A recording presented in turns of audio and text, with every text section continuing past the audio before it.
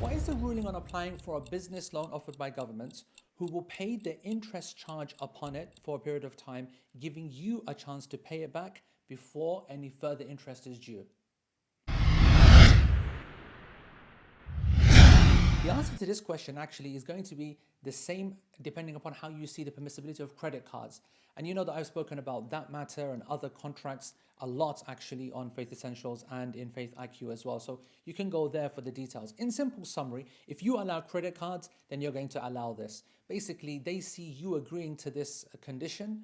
And by the way, let me just quickly give you an introduction to this. A number of governments have introduced this concept of a bounce back business loan, a little bit of an extra support for businesses that obviously have lost out their income. So here's a loan, say £25,000, dollars, 50,000, whatever, and they'll say for 12 months, for example, you do not need to pay the interest payments on that. The government will pay that for you.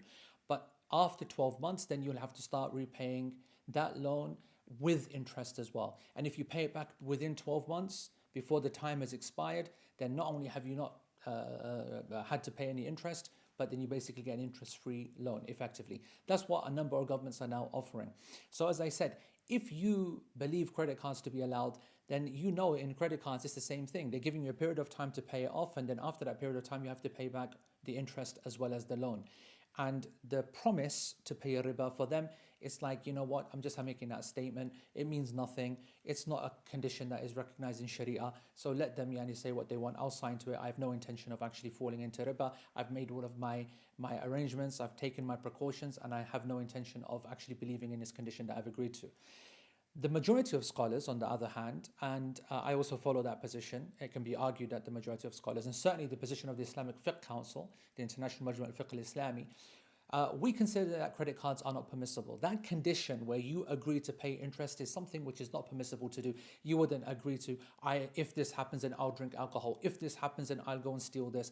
And so why would you accept that, if this happens, then I will pay interest? So that's our position on credit cards. That's our position on this loan as well. And that's it.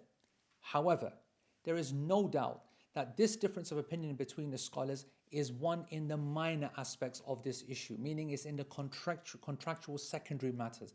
It's clear that taking this loan is not the same as taking a straight out conventional riba loan where you're paying interest from the beginning and so on and so forth.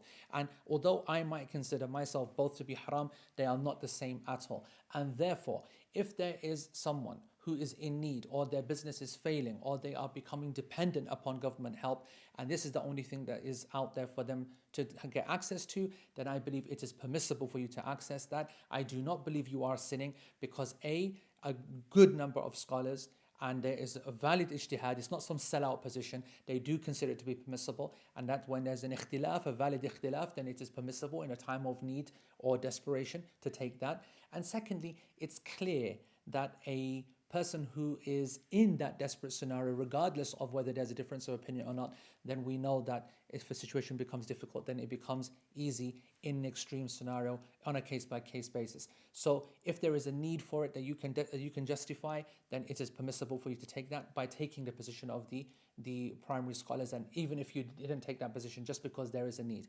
I will add one caveat though.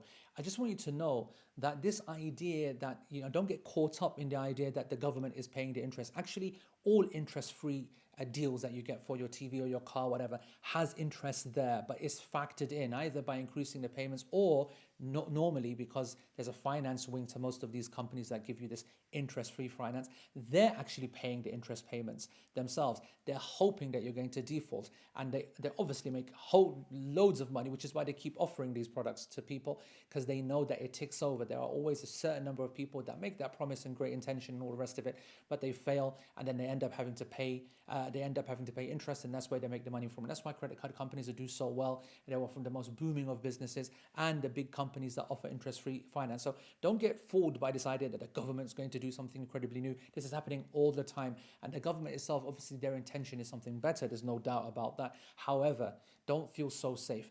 In any case, another point just before I end, and that is that I don't think it's right that you justify to yourself, you know what, some scholars allow it, and he just said that it's okay to take that opinion, and I have a need, and your need is what? Just leveraging the money, i.e. taking that money because it's now 50 grand in your hand, and I'm going to now open another business or invest in a stock market because it's at an all-time low, or this is not a need. This is you taking advantage of free cash available, which is very different to helping support your business or as a necessity itself. Now, obviously, if you're taking from the first position where it's allowed, then you haven't got a problem. But if you're taking from my position and you did something like that, then in my opinion, that's something which is not allowed. I do not consider that to be permissible. However, as I said, if there is a need and you're taking from the position of the scholars, the minority position, that it is something which is permissible, then it's something that you can do. Wallahu ta'ala a'lam. Subscribe to this channel, share this video, and click on the bell icon so that you can be notified with every new video at FaithIQ. Jazakumullahu khairan. Wassalamu alaikum wa rahmatullahi wa barakatuh.